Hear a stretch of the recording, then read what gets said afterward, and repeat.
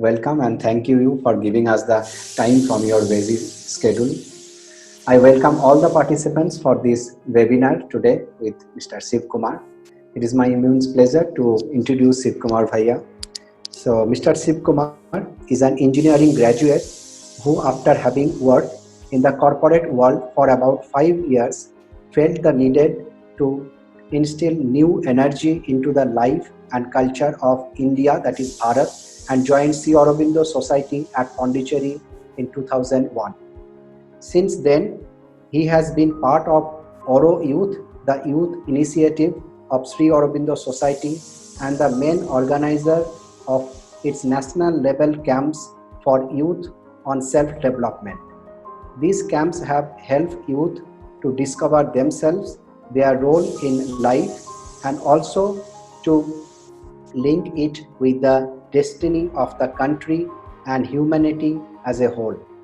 He also traveled to many places, meeting youth and sharing their space and helping in shaping the dream of a new future for all, based on the vision of Sri Aurobindo and the mother and their integral yoga. He is also the director of Sri Aurobindo Foundation for Integral Education and Research, the educational wing of Sri Aurobindo Society. Thank you, Bhaiya. Thank you so much, Devi. So in spite of the technological hurdles, we are shooting ahead with this program. I'm glad at least some of you could join, and we will try to keep the session a little extended, probably 5-10 minutes, but definitely not more than that, so that you can be let go for the lunch. So our today's topic is an interesting one for me because it talks about the double world that we live in. And I can straight away tell you that when we look outside, there is only one world that I see. There are no two worlds where I exist simultaneously. It is only one world. And I still remember, and it's a fascinating world too. When I was in my engineering class in the early 90s, being an engineering student, I was very much interested in science and the modern latest scientific discoveries. I used to keep myself very up to date with the scientific discoveries. And that was a time when internet was becoming available to all of us, and it is so fascinating. You just have to ask anything that you want to know about this world, any aspect of it you ask, and thousands of answers will like magic appear on the monitor. And it was very fascinating because suddenly the exploration of the world has become easier, even though it is in the form of a virtual reality, but still some of the questions that we used to have, at least the answers are out there. Those were the times when we wanted to know answers to several things in this world. For example, if I recall those times, we wanted to know so many aspects, something about the cosmos, how the cosmos was built, how the matter has been evolving over the centuries, and also all the things in the world. There was a time when I was interested in how volcanoes function. How is it that the earth contains so much pressure and temperature on the inside, and somehow like a pressure cooker valve, it creates a volcano and lets out a little bit of its steam, and things explode. And it's a very fascinating to watch because for the first time we have had so many videos put up on the Google which actually shows a live volcano exploding. So here is a material world which has almost, even by that time in the early 90s, have already been explored very well, and it is the several phenomena are also explained by the scientists. And it is important for us to take a look at where we stand in terms of our understanding of this material world before we can even ask the question, is there another world of which we are equally part of, if not more? So I'll be sharing a little bit of the presentation that I have prepared for our interaction, and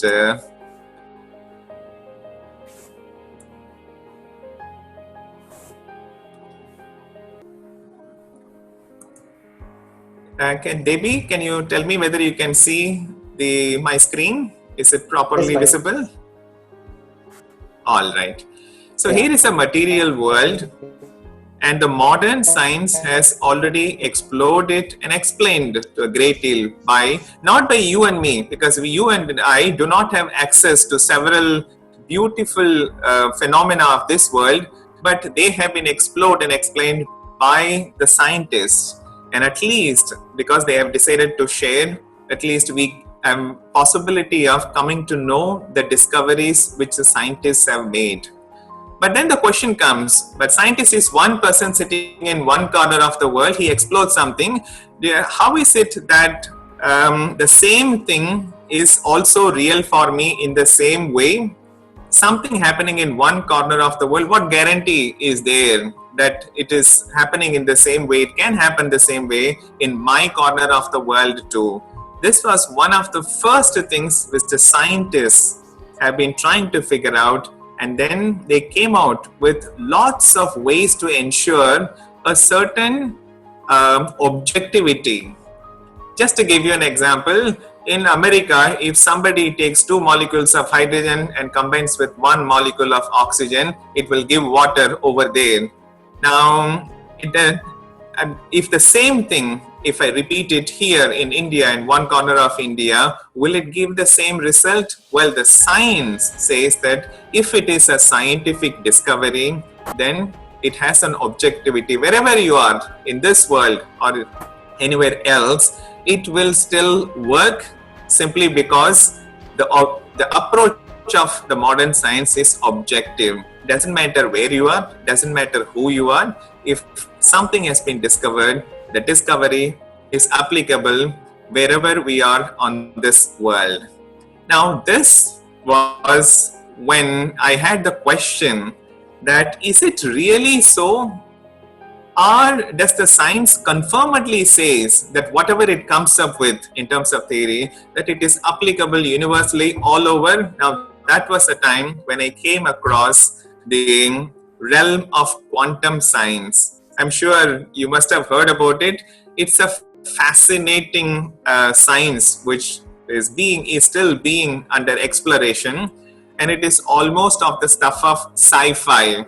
The sci-fi movies that you must have watched, it is of the stuff of the sci-fi movies that the scientists of the quantum science, what they have discovered and the results and the conclusion they arrived at. That is because what they have found, discovered and came up with shook the very foundation of the science, which is its objectivity.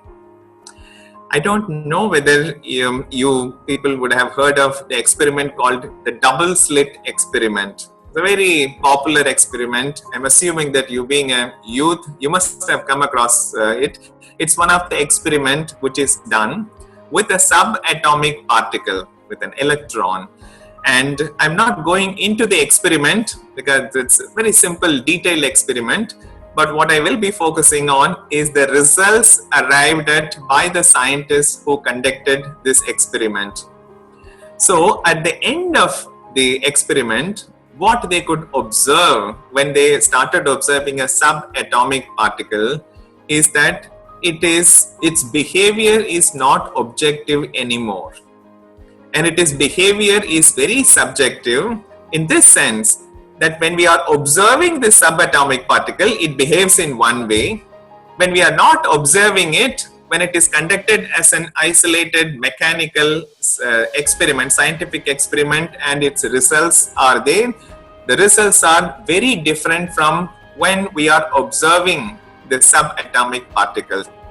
Now that completely clean bowled the scientists, and when they actually compared the two results, the only conclusion or the only difference between an experiment conducted without people and an experiment conducted with people observing, the only difference is the observer, because everything else in the setup remained the same. And leaving with only one conclusion, that what is the difference between that and this? Well, the observer is the difference, and no other factor is there to influence and change the result of the experiment. And so the conclusion is the observer influence the observed. The very fact that we are observing, there is nothing which connects me to what I observe. If there is an electron which I am observing, there is nothing directly which connects, but the very fact of my observation will change the behavior of the electron. Now that shook the foundation of the scientific world, because suddenly, for the first time, you have to admit a theory that the person who conducts the experiment can influence the result. So all the results that we have observed suddenly were put under a question mark, and that shook the foundation of the objective science, so to speak. Now that was the first thing that started shaking up scientific way of exploring and discovering things. The second result which they arrived after this experiment, the double slit experiment, is this, that at the subatomic level, objects can apparently be in two places at once, which is an impossibility in our normal world.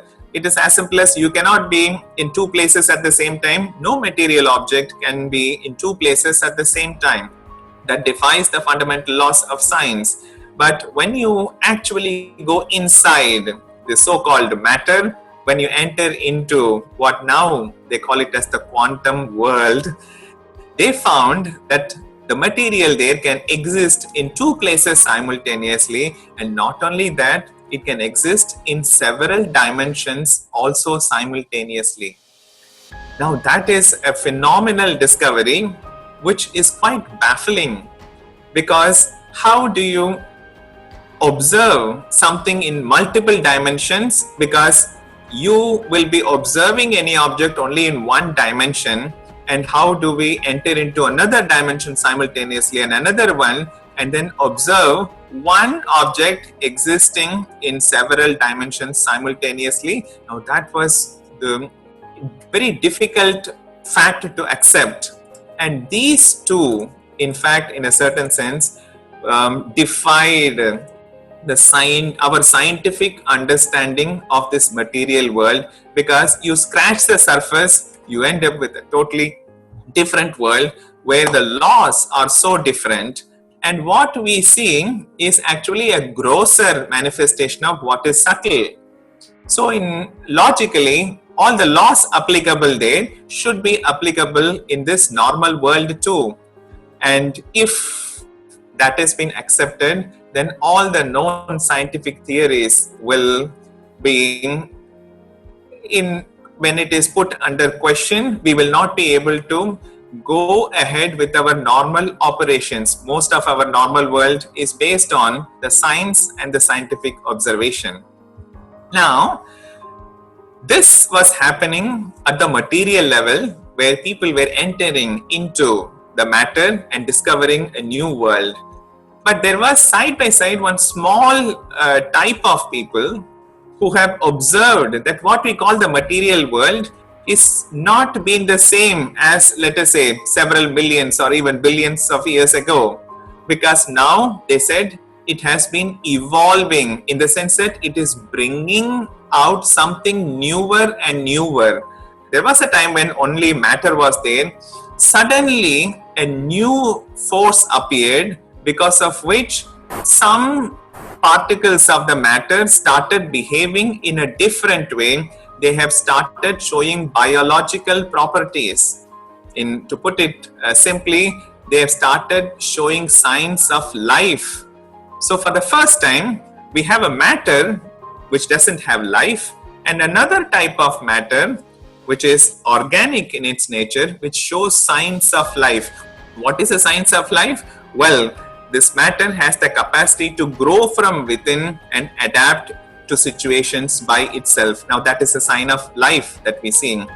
Now, this is not possible unless there is a new energy, which you can call it only as a life energy, which has entered into matter and suddenly showed its head. So from the time when only in the material world only matter was there, suddenly a new force called a life energy entered and started. It even changed the way the matter behaves, and therefore we ended up having a part of the world which is very different from matter, and it is taking up its own course, because what is a sign of life? It will grow and it will evolve from inside out. Now, this was the second discovery, but the scientists were unable to access this life energy directly so that they can conduct experiments and explore on it. They can only infer the effect it produces on matter. What is the effect produced on matter? Well, the matter grows. And through the biological process, the matter adapts itself to the circumstances. It interacts with the surroundings and responds accordingly. Now, this was a unique part of material world, which the materialistic scientists were at an end, because when they look back how things have happened, this new force has resulted in a kind of an evolution of the whole material world, so much so that suddenly plants have appeared. Plants are nothing but a conglomeration of molecules which behave differently from those that are rocks and those that do not have the life properties. And further, this plant kingdom later evolved into and resulted in the animal kingdom, and animal kingdom has further evolved, and now we have the human beings that are occupying this world. And this is the evolution which is taking place in and through matter. And the scientists were not able to directly access the new forces that is unleashed by this life energy. For example, the scientists were not yet able to isolate an emotion and then put it under microscope and say that, well, this is the human emotion, well, this is sadness and this is happiness. They can only explain in terms of when we feel happiness. Well, there is something which secretes within the body, which is an indication of the emotion that we feel. For example, it is found that a particular enzyme called dopamine is something that is an indicator of the happiness that is happening. Now, because they couldn't directly isolate the emotions and say that this is a happy emotion, this is a sad emotion, well, this is an emotion of jealousy, this is an emotion of sadness, because they can infer only through material things, they couldn't go further and be effective in controlling these emotions. And by the time they were all over the place, and another dimension got added to their complexity, because it is not only emotions that we see in the evolved world, but there is another entity called thoughts and the play of thoughts. Well, the emotions itself was difficult for the scientists to isolate and then explore. What about the thoughts? All that we are left with is the effect of the thoughts and not yet a direct thought. For example, we cannot take out a thought and say that this is the thought that I had when I woke up in the morning, and this is the second thought, and this is the third thought. All that we can come across is certain neurons in our brain firing, and we can only infer that this firing was behind this particular thought, but the thought itself was very elusive. So when we look at this, we needed a new type of scientists who can explore these more and more or finer and finer energies, because the material scientists, through the material gadgets, well, they could reach and explore only the material things, but the life energy and the emotions and the thoughts were of a different grade of existence, and therefore a new type of scientists who started exploring this realm. Well, we call this science as the science of psychology, and I'm assuming that some of you are scientists of this branch of study, but it is not yet a normal, accepted, full-blooded science. It's a very, very nascent science. There is even a great amount of debate that whether psychology is a true science or it is a pseudo-science, but at least generally we can say that it's a very nascent science. It's in the beginning stages, and not much can we say that what it has discovered is actually the real thing that is happening, but at least there is a promise. Now, this, in a nutshell, is what I have given in this slide.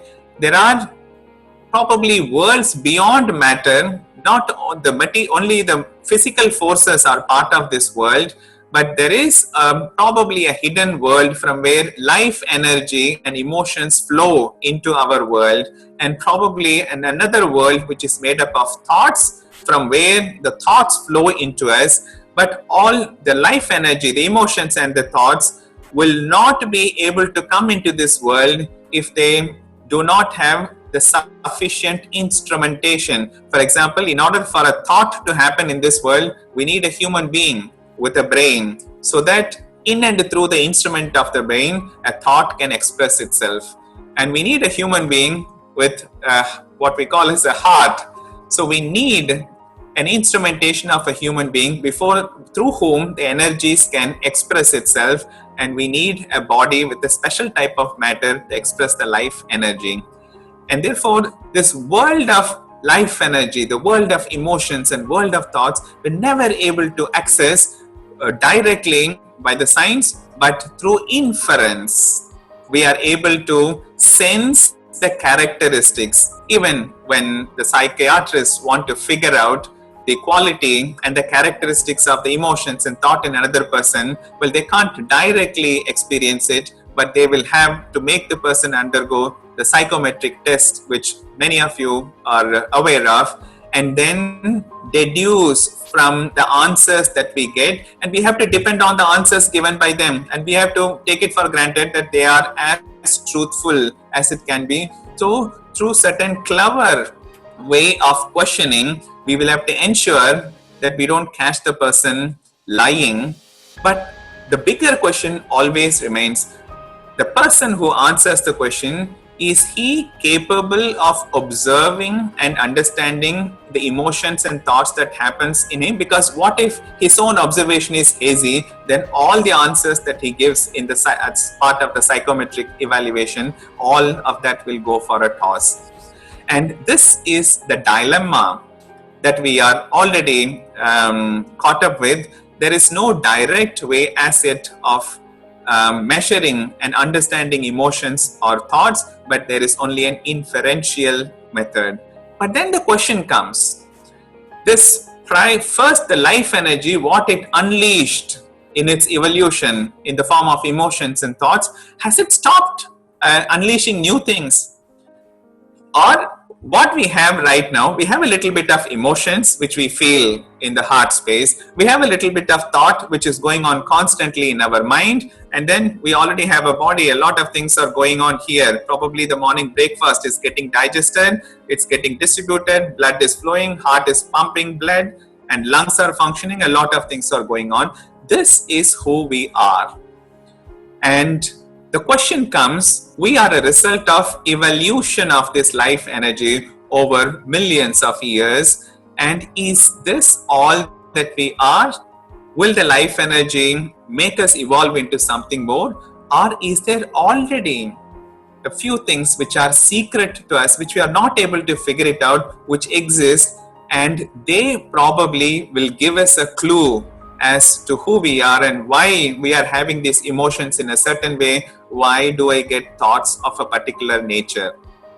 Now, before we even enter into how is this question relevant to us, as simple as that. If I know how my emotions flow, if I know how my thoughts work, then I can control it, and then I can become a master of my emotions and master of my thoughts and even master of my life energy. And if we discover methods of becoming master of even our physical energies, then I can become a complete master of myself, so that I am not driven by emotions, but I drive my emotions. I am not driven by my thoughts which happen to me in a sporadic way, but I consciously am in charge of the thoughts and produce those thoughts which are helpful and relevant for me. And the whole question of, can I completely become master of my emotions and thoughts, so much so that I can express what I want the way I want, and without letting go of the intensity of the life energy in them? This becomes a big question. So putting it in a nutshell, how do I become master of myself? And there, having thoughts and having emotions, this becomes a natural question for us. And who doesn't have the question that how can I be the best version of myself? And what do I mean when I say the best version of myself? All my emotions are the most beautiful, deep. They are not surface emotions. All my thoughts are most dynamic, most creative, and most powerful and articulate in its expression. And my physical energy is so much attuned that I can be a most dynamic worker. Not that I work myself out for a couple of months and then something in me breaks down. Now, this is the implication. And if I want to be master of myself, I will have to look at first, what am I left only with this kind of limited emotions and kind of troublesome thoughts, or is there something new which I can make use of in order to control? Because it's not easy to have a mastery of emotions and thoughts if there is something in me which is unexplored, which is useful for me. I must look into it and make the best use of it. So the simple question is, when we look at ourselves, what we are is, we have a body and it has got its own operations. We have a heart space from where emotions are flowing, and usually we are carried by the emotions, and only in some rare moments we are in charge of them. By and large, we are at the mercy of emotions. And the third part in us, we are most of the time at the mercy of the random thoughts which are popping in, and not definitely the type of thoughts that we would like to have, the type of thoughts that is so dynamic and creative and world shaking, a thought which can find solutions to all the questions that I have. This is not what I am having. Is there anything beyond these thoughts? The question, we are going to put this question first to the psychology, and next to another form of science which in the West is not even accepted as a science, but in the East it has been there for ages and age, and that is the science of spirituality. So we are going to pose this question to a brand new, a modern science called psychology, which is just yet beginning to get glimpses even into emotions and thoughts, not yet direct perception, but only inferential knowledge. We are going to put that question to them. And second, we are going to put that question to somebody, a scientist of the spirituality, who, having explored as a scientist would, will also have his or her own answers. So the first thing I wanted to share is something called the Libid Experiment. Now, done by a scientist called Benjamin Libid. He used to live in San Francisco. In the early 90s, he was trying to have a breakthrough into the psychological makeup of us. He was trying to take our psychological parts into piece by piece and wanting to know a little more of how do they function. So he conducted a very beautiful experiment. So this is the experiment. He asked a person to sit in front of a monitor where a dot was going round and round. And the dot is actually a measure of time. So he will say start, and the dot will start moving around, and over a period of time, at any moment, the person who is looking at it will have to want to click inside that circle with an intention. So this is how I see the dot moving around. I look at it, and at some point, suddenly I choose to click inside that circle, and that process is actually monitored by a very modern machine which actually registers what the processes of the brain. So, for example, for half a minute, I have no intention of clicking the thought, but after half a minute, I suddenly choose and decide to click, and then I quickly click. At that time, immediately this machine records my brain waves, and then it produces a chart. So what will happen in this experiment is, after half a minute, from the moment I choose to click, my brain should become active, and then between that and the actual time of clicking, that is the time when the brain gives the message to my hands and the hands go and then click. So there is a small build-up time. The intention starts at one point. At that time, the brain becomes active, and the intention results in the actual action, one click. And this is a small, very small window where this happens, and the chart shows this beautifully. But when they looked at the chart, what they found was phenomenal. They found that there is a point of intention which got recorded against the time, and even before that they found that the brain has already registered some activity as if preparing itself for the decision. And what we call as a choice, the choosing to click, is actually a result of a build-up which has happened for one whole second. Now, the person to whom this is shown, he said, no. My intention started there and then it resulted in action. I was not having anything going on before that, before the moment I chose. But the machines showed it differently. And this brought a question that beyond the thoughts, beyond what happens in our mind, there is something else which is secretly preparing the choice. It is as if something inside us is deciding, and then suddenly it pops a decision into our conscious mind, and then we decide at that particular moment, oh, let me click.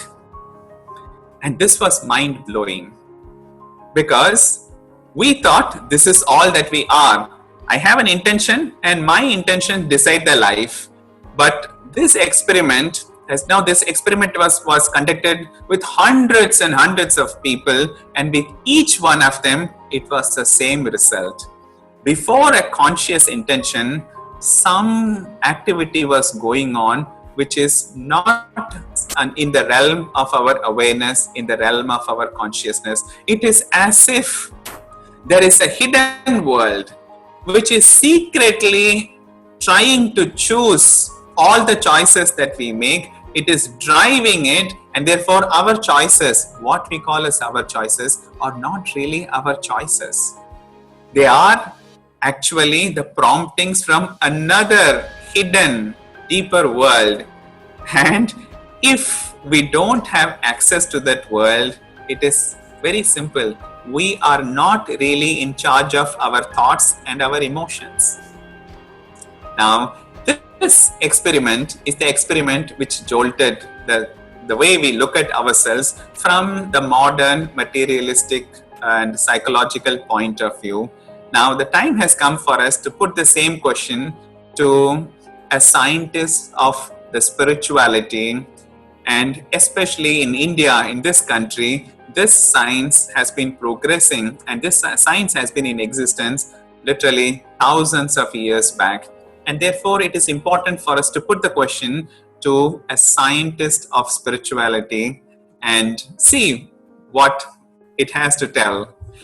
Now, just to give in a nutshell, just for the sake of the beauty of it, the scientists of spirituality come up with a very bold statement. And this is a statement that we are looking into. There are two worlds that we live in, and what the modern psychology and the materialistic scientists are exploring, that is one world. And there is another whole world that is inside of us. So the outer world and what we know of ourselves consists of two things. One, there is matter everywhere, and there is a body. So far as I am concerned, I am a bundle of three things. I have a body, I have a lot of emotions which happen in my heart space, series of emotions, and I have thoughts happening in what I would call as my head space. So some of the people even would call it as head, heart, and hand, where the action happens within me and the action happens in the world outside. So this is the scope of the modern science. But the spirituality suddenly begins to explore and come up with the bold statement that there is a world inside. And what is there in that world? Well, in that world, we have a hidden personality hiding a stupendous amount of creativity. Now, this is one of the first thing we discover about the world inside. You see, our normal mind and emotions, they are all conditioned by our past, by the education that we have had, by the family which we are born, and these are the things. I cannot think beyond anything because the knowledge that we have acquired, the way I have been brought up, conditions and defines the possibilities of my mind. But when we look at ourselves, the entire creation in the past, there has been so many new things that are happening periodically. Just imagine from the time when chimpanzees were to the time human beings have come. With the coming of human beings, art came into existence, music came into existence, dance and theater and literature and whole mass of things which have started coming up, and an entire amount of creativity seems to have got unleashed into this world. And they are not a result of what we already had. The art and the music and the dance and drama and the literature is not a result of what the ape already had in it. We just brought it up. No, they are a new type of creativity, unlimited in its nature. And when we look at this possibility, then we almost question ourselves, and the spiritual science comes up with a simple answer that we are not what we are aware of. We have a mind which is very conditioned, very limited, but behind it there is a greater mind. And all the literature and greatest ideas and the greatest philosophers with their ideas, they have all been operating from that greater mind. Because this mind is filled with superb ideas, and the way it looks at things belongs in a totally different from what you and I as a normal person would be thinking. So here is a greater inner mind with much more capacity than what our normal mind has. But this is not the only thing that we have. We also have our emotions. Well, we are happy sometimes, sad sometimes, we are jealous of somebody, and then we have so many emotions which are little emotions jumping around and creating a storm in our emotional space. But the spiritual scientists say when we enter into a world inside, we can discover a greater heart with emotions which are so pure and refined and unlimited in its nature. Just look at the love that we have. Can I have unlimited love towards how many people? Can I have this unlimited love? Maybe one person, probably one more person. And if I try to express unlimited love for more than one person, I end up in problem because the other person will blame me and we get into problems when every time we try to express these emotions in an unlimited way. But over time, even if we have for a moment unlimited love for somebody, very soon it gets limited. Some expectations come and then we start charging the other person who is not able to meet the expectation, and love gradually turns into sadness and sometimes even into hatred. Now this is the nature, the normal nature of our normal emotions. But here we discover that in the inner heart, we have an emotion which is so wide, so unselfish, so pure and refined that we can come up with a love which is truly unconditional and unlimited in its nature. Just to give you an example, what is the nature of this love which is coming up? Just imagine what must have happened in the times of Buddha. It was said that anybody who goes to Buddha has one glimpse of him, sits by his side even for a few seconds, he is filled with so much love which is oozing out from Buddha that they will feel so complete. In fact, they will feel that they cannot take so much love because it's pouring into them from the Buddha. How is it possible? And with how many people does Buddha do it? not just one, not just 10, literally hundreds and thousands. Everybody who comes to him, he was able to pour his unconditional, unlimited love. Where does it come from? Well, it comes from a deeper heart. And even in the physicality, there were possibilities which far exceed. But this is not all. If we go further into this inner world, right at its core is the diamond that we have been hoping to have. It's a diamond which is so refined, which is so full of light that all our greater thoughts, greater emotions, and greater possibilities are coming from that core, that diamond. And over the years, all the spiritual scientists who have discovered it, experienced it, have given it innumerable names. And for us, it's okay to call it by whatever name we want to, but is it a thing that exists for me, right within me, in the depth of my heart? Is it something that I can experience? If I can experience, can I bring out greater thoughts, greater emotions, and greater possibilities in my physicality?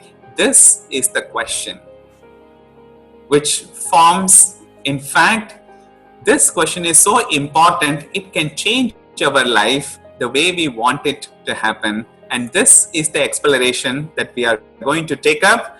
And naturally, just as in the material scientists, like the quantum experiment, we have to rely on the experiments done by accomplished scientists in the inner world to, if we have to figure out, if we have to have a glimpse, introduction to it, we have to rely on the scientists of the spiritual realm. And here we will be traveling these inner worlds with one person who has done it with an extraordinary precision.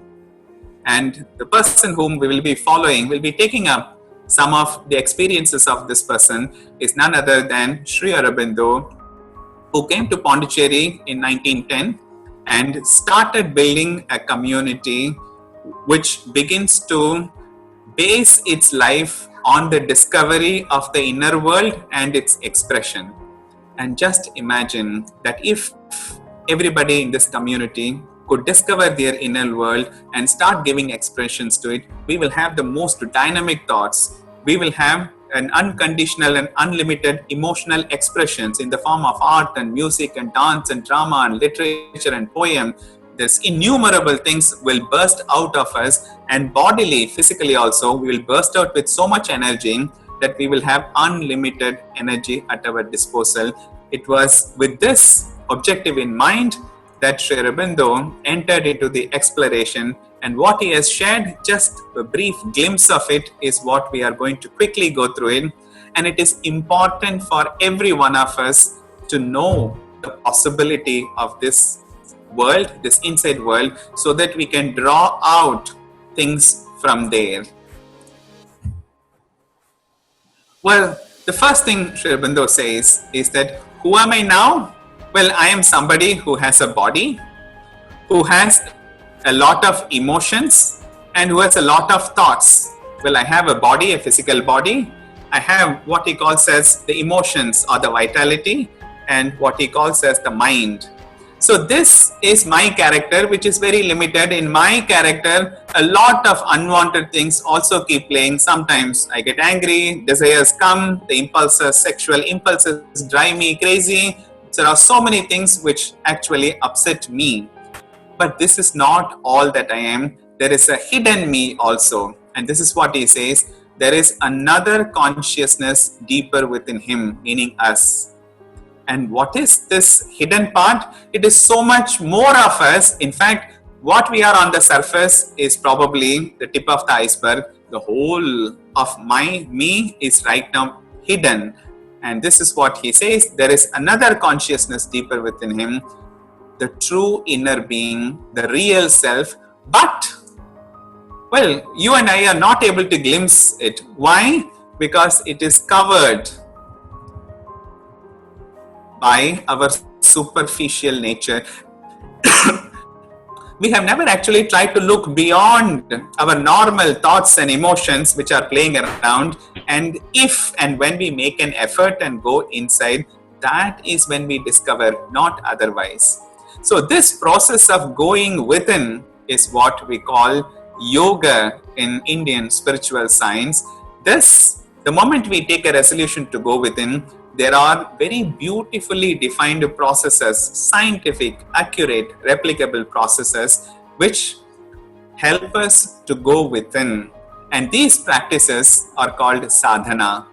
So what Aurobindo says, this the ordinary man does not know, but the yogi, the person who explores beyond the surface nature, he becomes aware of it as he progresses in his practices.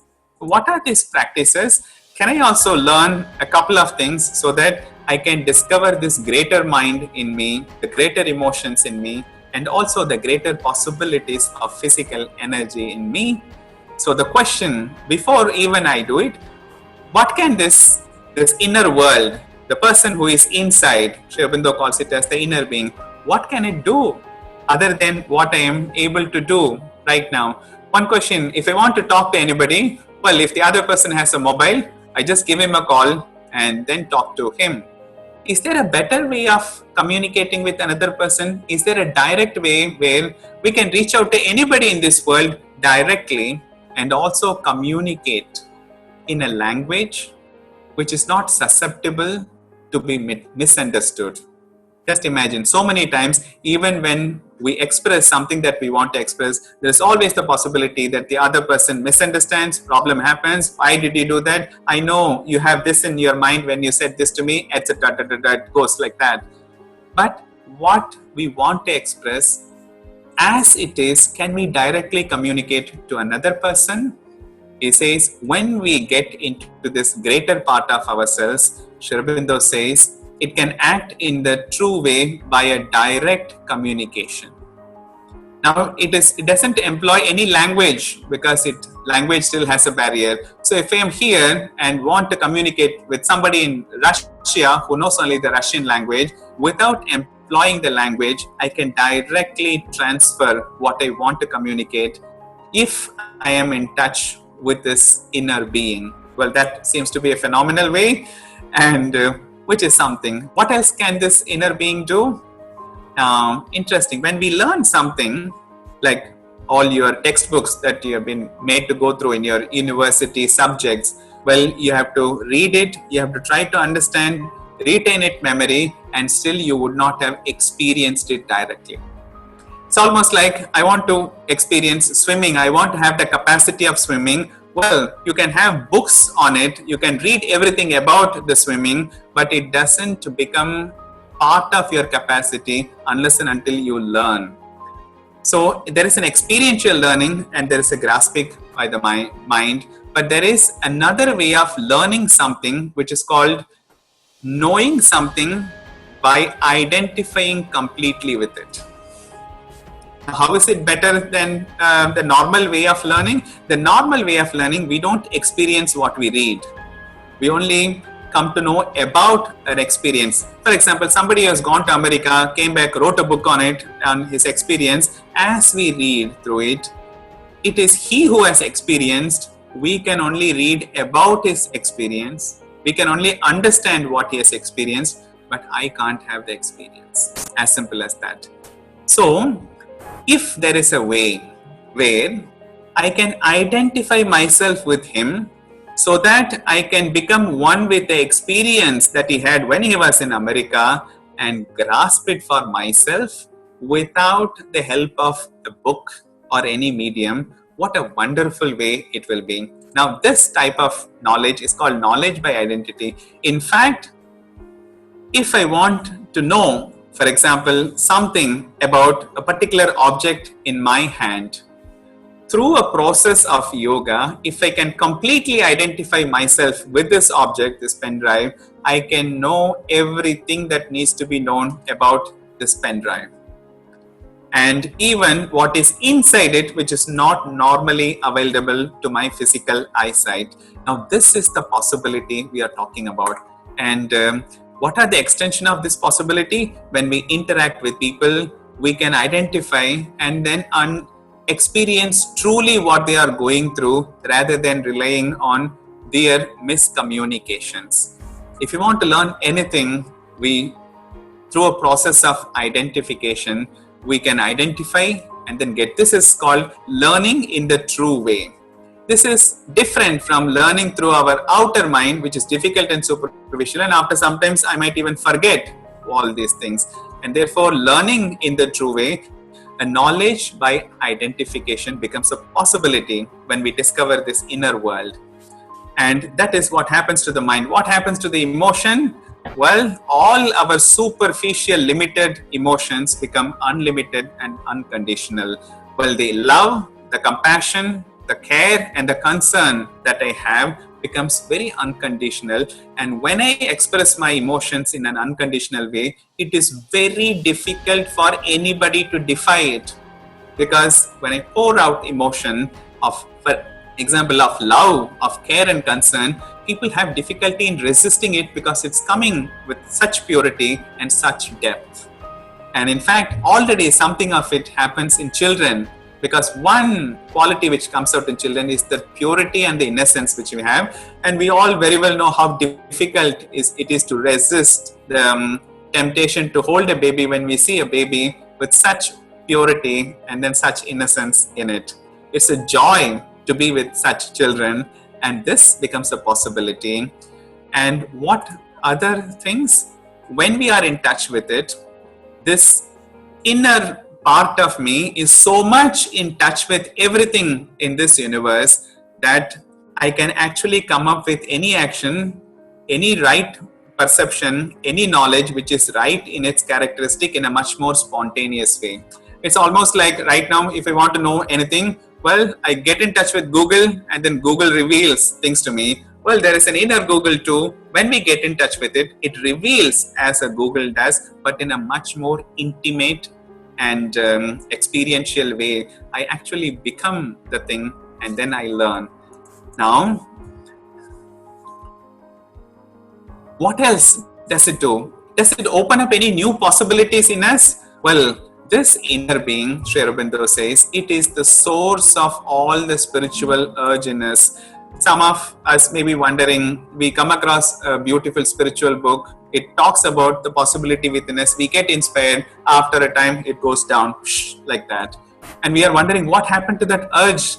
And it is extremely difficult to hold this urge as long as we live on the outer personality. But the moment we make a breakthrough, we get within us, it's natural and normal for us to have the urge to expand our mind, emotions and physical energies. Why? Because that inside is always in touch with the inmost part in us, which is the source of all the unlimited wisdom and knowledge and power and strength and everything that is beautiful and positive. That is the source.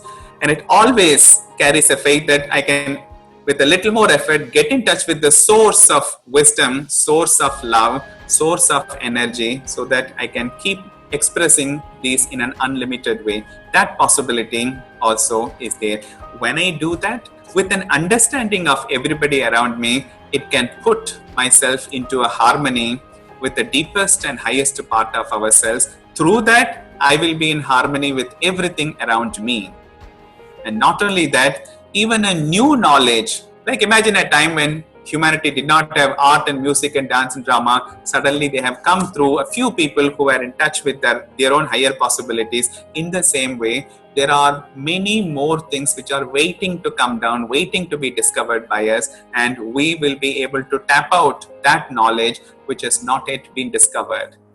And in fact, finally, it is only through awakening and coming in front of the inner being that you can get into touch with somebody who is behind this entire creation, who can actually reveal to us the secret of the entire universe, of which a tiny part is our own secret.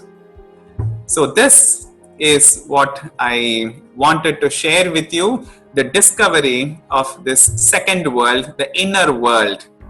But there is a method. We are not usually aware of it, because between our outer personality and the inner personality, there is a veil, there is a wall which is preventing us, and that wall has to be brought down. That is why we are not able to generally feel a great thought, a great emotion, and great energy within us, and the process of bringing it down is what we call as an important movement in yoga. And this yoga puts us in touch with our own greatest possibilities. So with that, we will pause. And as a quick summary, what we have seen so far is there are material scientists who have explored and discovered things about the world, but when they got a little deeper into this material world, all that they knew got challenged by the introduction to the quantum world, where things became so very different. And also simultaneously, when they started studying the life energy and its evolution, they came to know 2 or 3 more dimensions, the dimension of life energy, emotions, and the dimensions of thought, and they had no approach to it directly, only inferential way of approaching, and therefore on these 2 fronts it got stuck. And that is why we need to resort to a spiritual science, and it is a science, very meticulous and refined science, where every step is experienced, can be experienced and can be verified. We enter into, and when we enter into it, one of the first things that we discover is we are not one surface personality, but there is a greater personality which is hiding behind. Only very rarely something from there seeps in, and then we are bowled over by the beauty of a sudden thought or a sudden emotion, a sudden poetry, or a sudden musical composition that comes because it has come from that space. And rather than getting it occasionally without any reason or rhyme, we can consciously, through a process of yoga, pull down that wall and enter into inner dimensions. And when we do that, we get in touch with a greater dynamic mind and a greater dynamic heart, and also an energy which is much superior to what you and me are accustomed to. And this is the process of getting through, and this is what I wanted to share as youth and as the people of this world. We have to get an introduction to this deeper hidden world, which is so dynamic in comparison to the world we are in, and we are perhaps meant to express that, bring out new things from that world into this world, so that our worldly life, normal life, becomes something beautiful and complete. So we will take a pause here. I will stop sharing my... So now I'll request audience that they can raise their hands, so I can unmute and directly you can communicate with Shivakumar ji.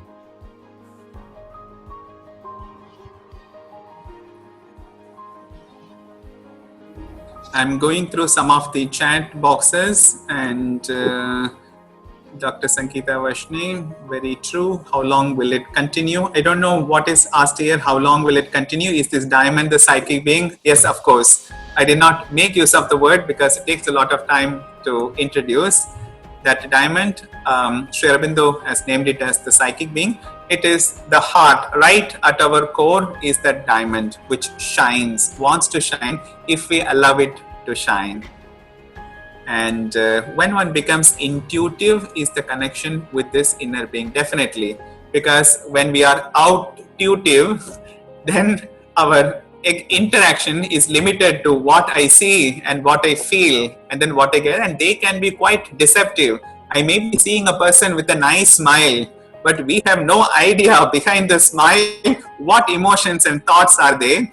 And that capacity to look into a person and understand his thoughts and emotions and his personality, if we can know that through opening up of the intuitive faculty, then we can respond to that person in the best possible way. Well, we can help him to be the best that he or she can be.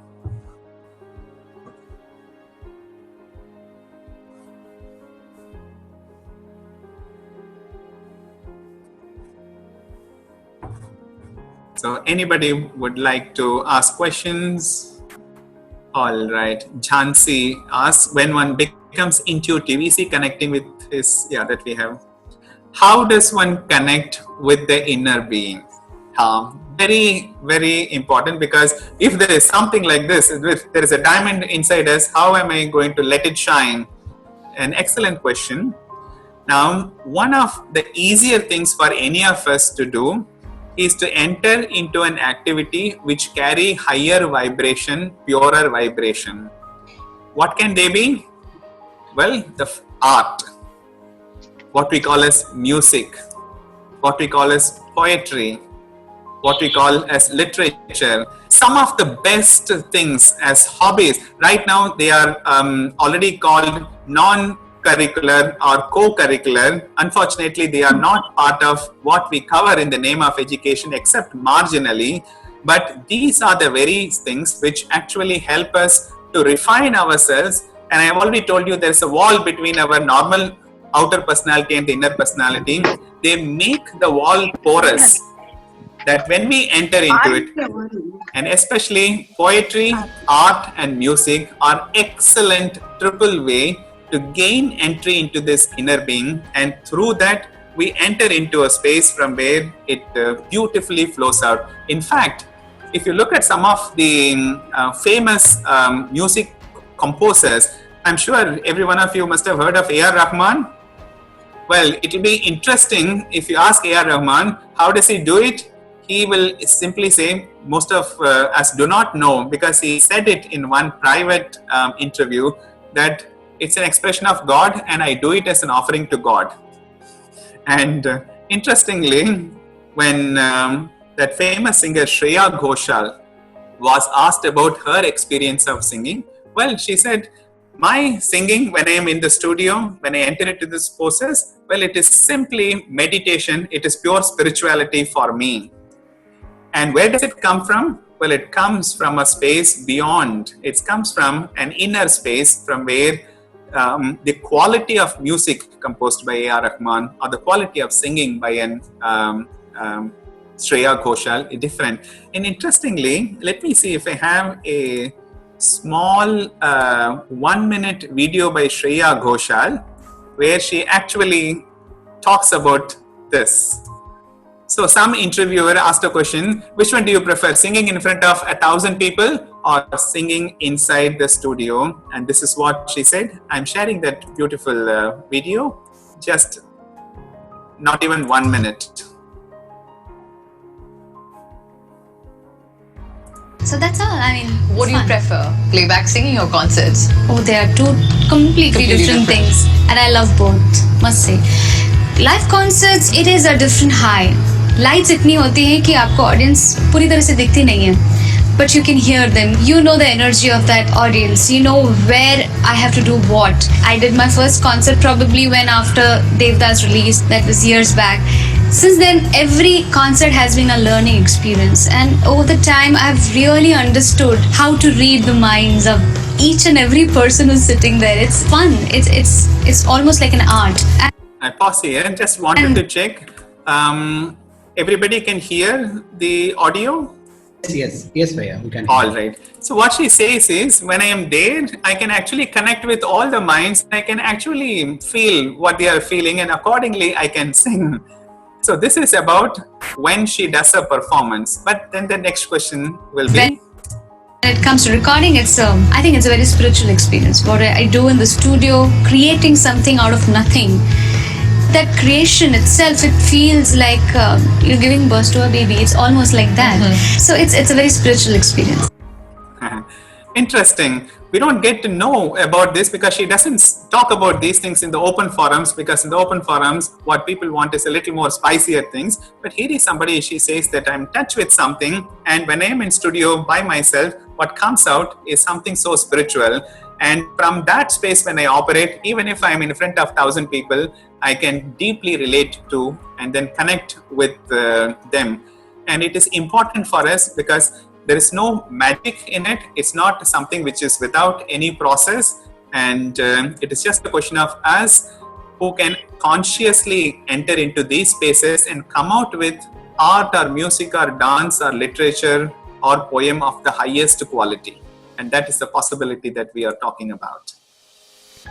Now, Can I ask a question, please? yes, Balasundari. Yes, Balasundari, go ahead. I ex-student of Ashram, Aurobindo Ashram, Pondicherry, now residing in Pondicherry. Yes. After my retirement, I continued my studies in physics, maths, and computer science, and whole life I worked in that domain. I have been always trying to convince people about what you spoke today. It is extraordinary, superb, and it's just beyond my level. I thought that nobody would say this, and first time I unexpectedly I got this answer: inner and outer world. The science and spirituality in ancient India, like Kanadacharya, Varahamihira, everybody was a rishi, a spiritual person was a scientist. Till now, I was getting in all your examples that spirituality promotes, gives new inspiration to art, science, literature. Can you throw some light, like Einstein, Newton, and even our great rishis, Kanada and Varahamihira and Bhaskaracharya, and now I am studying Leelavati Ganitam and trying to compare with the modern mathematics, and Kanada is the one that I am studying regularly, and Devi is my dearest adopted son. So will you please throw some light how ancient India never separated the inner and outer world, the science and the spirituality?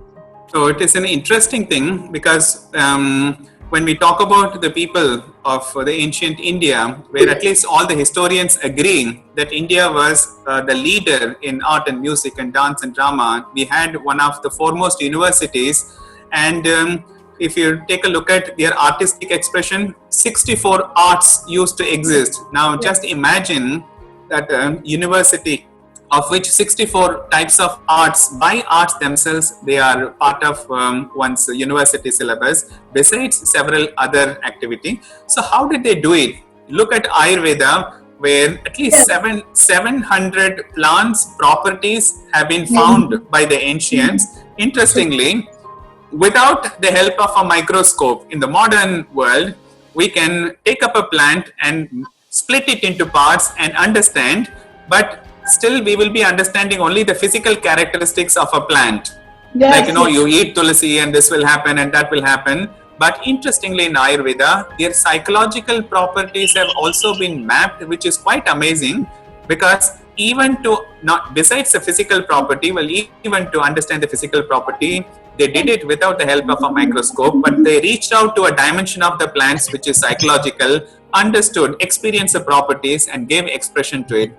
Now, the other side of it is they had already figured out the planetary system with sun at the center. And when we look at the things, these are not the people whom we can say that they had a rocket technology, therefore they sent a rocket into the space and did it. They sent something. It was not perhaps rocket. We don't know, because some say that there used to exist technology of Vimana, aeroplane too. But even without it, these are the people who can identify with the entire planetary system, become one with it, and because they are one with it, they can find the planets moving within themselves, and that is a result of the yoga that they have practiced. And because they have reached out, identified, they could, with an precision and accuracy which is lacking even in the modern day science, they can come out with statements. But the more of their quest is not in reaching out to material universe, their quest immediately turned towards the possibilities that lie within us. And when they turned this capacity of identifying through one's consciousness, one's awareness, and they started getting knowledge of the inside makeup, and that is when they found that behind our mind there is a greater mind from where all the greatest thoughts have flowed. Behind our heart, there is a great emotions which expressed itself in art, music, dance, drama, theatre, and phenomenal expression. And behind this body, there is an unlimited expression, abundance of work, which is most needed, because this is a modern age where we all want to be the karma yogis, the people of action. And how can this action be harmonious and unlimited unless and until we tap out the energy levels within us, which are also unlimited in their nature. So it is we are not talking about something which is far away. We are talking about a possibility which is there right now, right here, and just inside me. And this is not only with me, but the spiritual scientists say this is inside every one of us. And in fact, every one of us is meant to connect with ourselves and express the things that are coming from our inner nature in various forms, not only the forms which you are familiar with so far, but even in newer and newer forms, we are capable of it. It is there right within us, and the process of getting connected is the process of yoga. Well, for the people who want to get connected to that infinity of wisdom, we have the yoga, which we call it as the yoga of knowledge, the jnana yoga, where we quieten our mind. And when we quieten our mind, we get a glimpse of what is in its depth. It's almost like looking at a pond.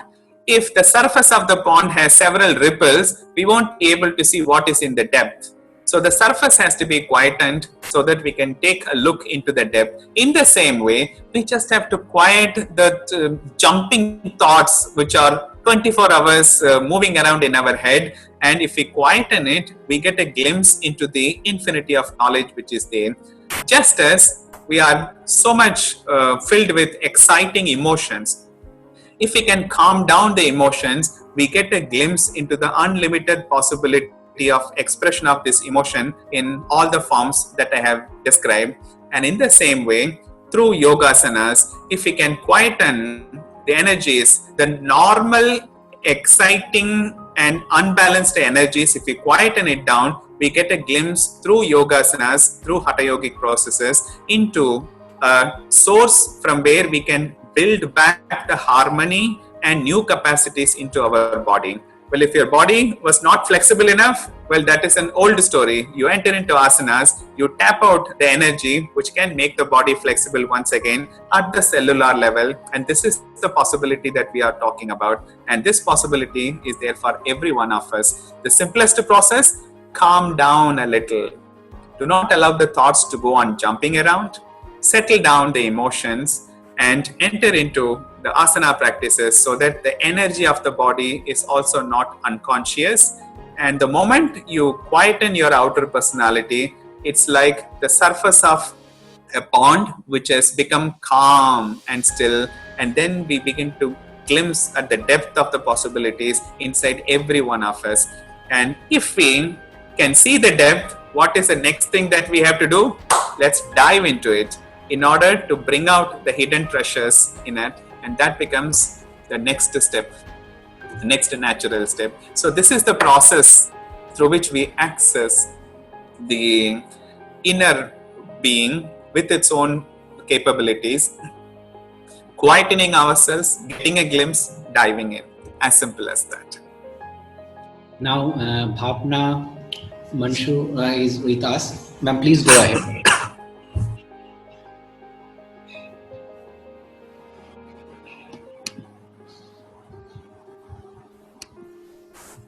Yes, Bhavana, should I unmute you?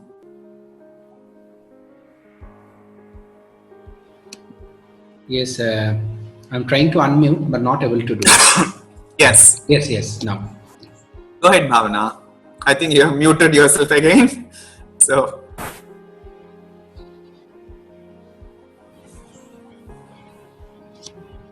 Bhavana, try unmuting yourself again.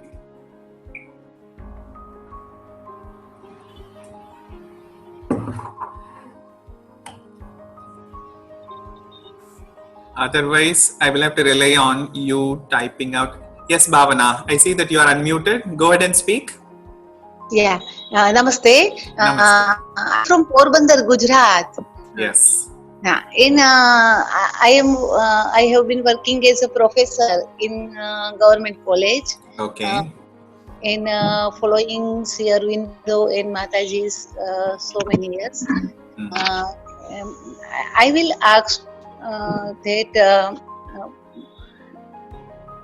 यदि मुझे मेरे self को जानना है, हाँ. मेरे आत्मा को मुझे बहुत नजदीक से पहचानना है, तो वैसे एकाग्रता, समर्पण, तादात्म्य, वो सब तो माताजी ने कहा है, पर फिर भी मैं पूरा ग्राफ्स नहीं कर सकती हूँ, और यदि मुझ में कुछ कमी है तो मुझे बताइए कि शॉर्ट वे और जैसे कहते हैं ना कि डायरेक्ट वे कहाँ पे कैसे शुरू करूँ?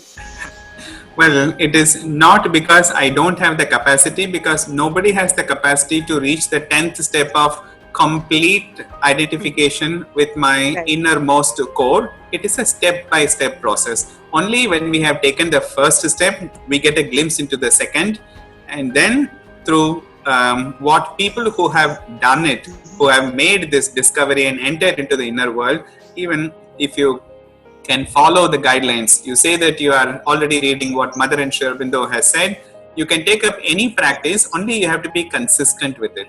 Because usually for we want to be in touch with this inner part of ourselves for a little bit of time, and then suddenly somebody comes and tells me that, "Acha, आज का एक program देखा TV में, so exciting," and suddenly our mind goes out.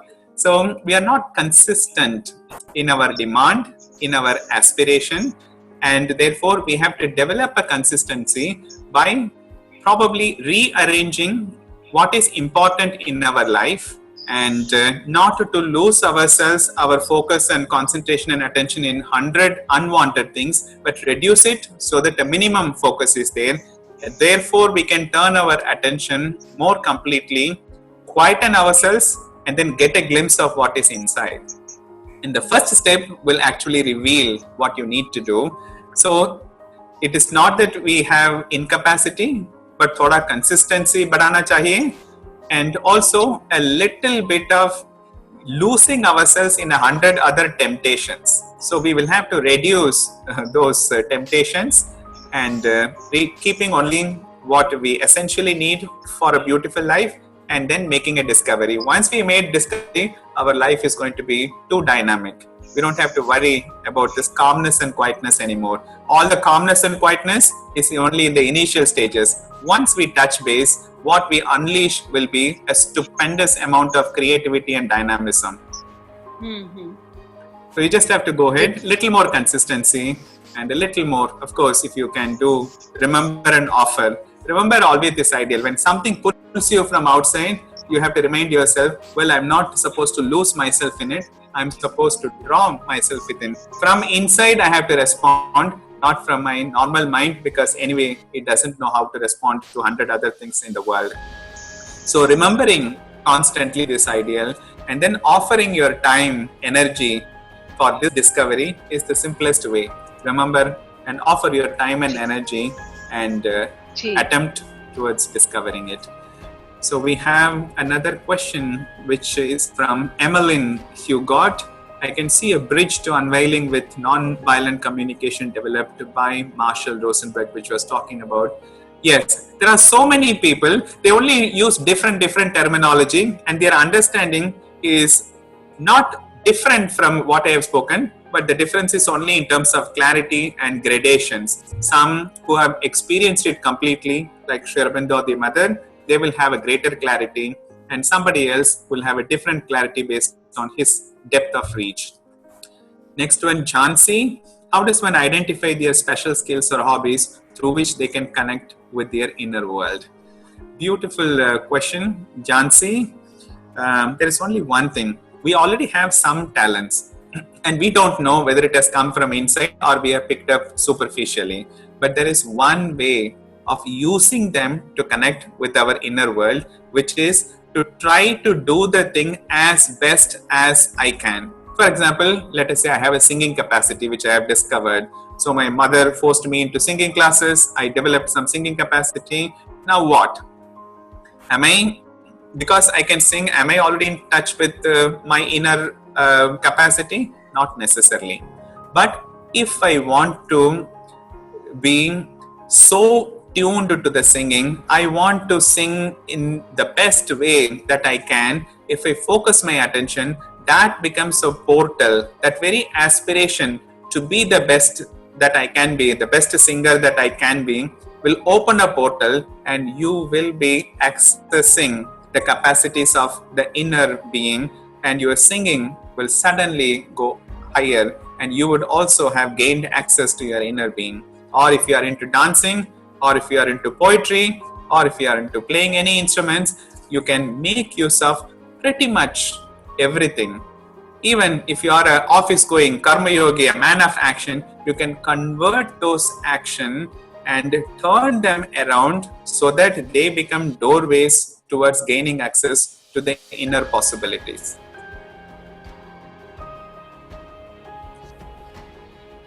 So now over I'll to Devi.